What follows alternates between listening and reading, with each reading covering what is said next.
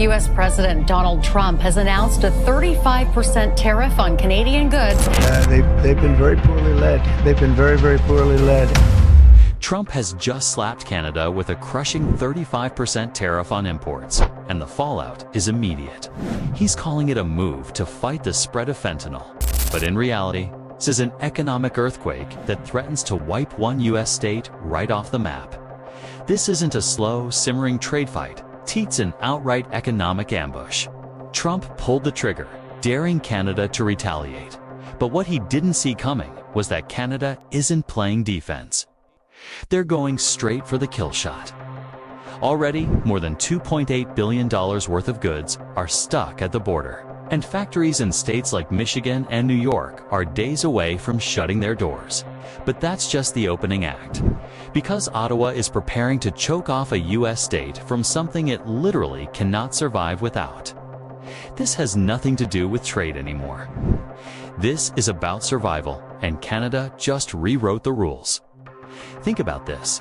Every single day, over $35 billion in goods move across the Canada-US border. That's more trade in 1 week than most countries handle in an entire year. Oil, lumber, cars, electricity, and even your morning coffee, it all flows through one of the tightest economic pipelines in the world. But on August 1st, 2025, it all blew up. Trump lit the fuse by dropping a 35% tariff wall, pointing the finger at Canada for supposedly not doing enough to stop fentanyl. And just like that, the largest trading partnership in North America went up in flames. Now, your coffee just got 35% pricier. That new house project just got more expensive thanks to lumber. And even the maple syrup on your pancakes has turned into a political weapon. But here's where it gets dangerous. Trump isn't just playing tough guy. He's threatening to escalate into economic annihilation. He warned that if Canada dared to hit back with a 40% tariff of their own, he'd simply stack that on top of his own tariff, making it 75%. That's not diplomacy, that's extortion, dressed up as policy. And the worst part? Canada is preparing to swing back harder than anyone expected. And one U.S. state is right in the crosshairs. Here's the number that should make every American nervous. This tariff war is already costing households across the country. The average American family is now paying an extra $1,300 this year, not in taxes, but in higher prices. Because, let's be real, companies don't absorb tariff costs, consumers do. From your groceries to your gas to construction materials, this fight is draining your wallet. And now, the story takes a twist no one could have predicted. Because this fight isn't just about money, it's about geography. Let's talk about Alaska, the state that's always been physically cut off from the rest of the country. Connected by only one land route, through Canada, there's no shortcut, no secret detours, just one long Canadian highway that America has always taken for granted. And now, Canada just realized they hold that choke point, and they're ready to squeeze. British Columbia quietly passed an emergency law, giving them the power to slap heavy tolls on American commercial trucks heading to Alaska. And that's not all they're considering, forcing every U.S. truck to use Canadian-made fuel additives or face crushing penalties. Translation: if you're moving goods into Alaska, you either pay Canada or you don't get through. This isn't just a trade spat anymore. This is geographic blackmail, and Canada just weaponized the map. But things don't stop there, because Canada isn't just leaning on Alaska. They've fired up a full-scale economic retaliation campaign across the country. And every move is colder, smarter, and more precise than the last. Nova Scotia. They just banned all U.S. businesses from bidding on government contracts. Billions of dollars lost overnight. Manitoba. They yanked every American alcohol brand off store shelves, gone instantly. But the biggest shockwave came from British Columbia, and they didn't just target U.S. products. They went straight for alcohol from Republican-led states that supported Trump. This is no longer a simple economic fight. This is political retaliation with surgical accuracy. And what should terrify Washington is what Canada quietly built behind the scenes. Something called the Trade and Economic Security Task Force. Sounds boring, right? Like some government committee no one cares about. Wrong. This is Canada's Economic War RUMA Classified Command Center built to find America's weak spots and hammer them. Leaks suggest they already have over 60 retaliation plans in motion. And here's the kicker. Some of these moves don't just aim at Trump states, they go after entire industries. Agriculture, aviation, defense contracts, nothing is safe. This isn't bluffing. This is a carefully drawn-up battle plan, and with every passing day, Canada's counterattack grows sharper, nastier, and more coordinated. America thought it could push its northern neighbor around, but instead, it woke up a sleeping giant armed with a scalpel. And Canada isn't working alone. They're lining up with Indigenous communities, unions, and big business leaders to maximize the pain for U.S. companies. This is no amateur operation. This is economic warfare designed by professionals. You know what this feels like. It's like when two people in a relationship have that one massive fight that keeps spiraling until someone finally says something they can't take back.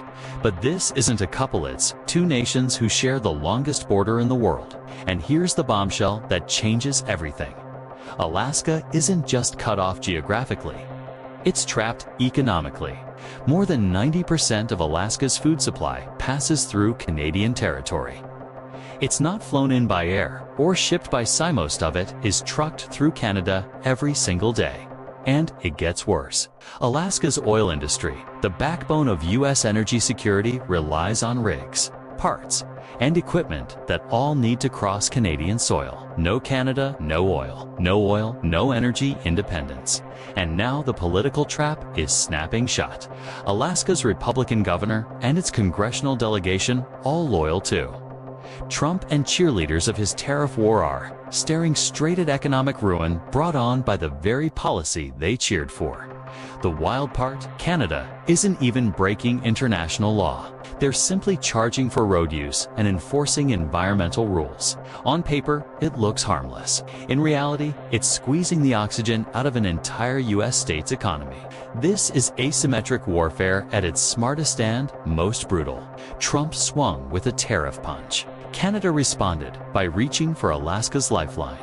And here's the truth. No one in Washington wants to say out loud, Canada could cut that line at any moment, and there's nothing America could do to stop it. Now here's where things get even more dangerous. Remember all that talk about American energy independence? Well, Canada supplies nearly 20% of U.S. oil imports and more than 80% of its electricity imports. If Canada wanted to crank up the pressure, they could start squeezing those energy flows. Sure, it would hurt them too. But here's the difference. Canada has been preparing for this moment for years. They've slowly diversified their trade toward Europe and Asia. They've got other options. Alaska doesn't. And that's the nightmare scenario. Because this isn't just about trade policy anymore. It's about what you pay at the checkout counter. That extra $1,300 families are already losing this year. That's just the start. When supply chains collapse, it doesn't stop with tariffs. Food prices jump. Gas prices climb, construction materials skyrocket, and companies start laying off workers because their costs are suddenly unpredictable. Both sides are gambling with people's livelihoods. Trump is swinging a hammer when he needs a scalpel. Yes, the fentanyl crisis is real and deadly, but punishing Canada won't stop Chinese fentanyl slipping through Mexico. Meanwhile, Canada's clever counterpunches risk punishing everyday Americans who never asked for this fight. Families in Alaska didn't vote for a trade war, but they might be paying for it with empty shelves and prices they can't afford. But here's the twist. Nobody talks about this whole ugly conflict might actually force both countries to face some hard truths. For decades, Canada relied too heavily on the U.S. for its economy, while America took Canada for granted as the quiet, dependable neighbor. That comfort bred complacency. Canada never pushed hard to diversify. America never thought about what would happen if the partnership cracked. This crisis is forcing both sides to wake up. Canada now sees it must loosen dependence on U.S. trade. America is learning that bullying your closest ally has real costs. The only question will they learn before the relationship completely breaks.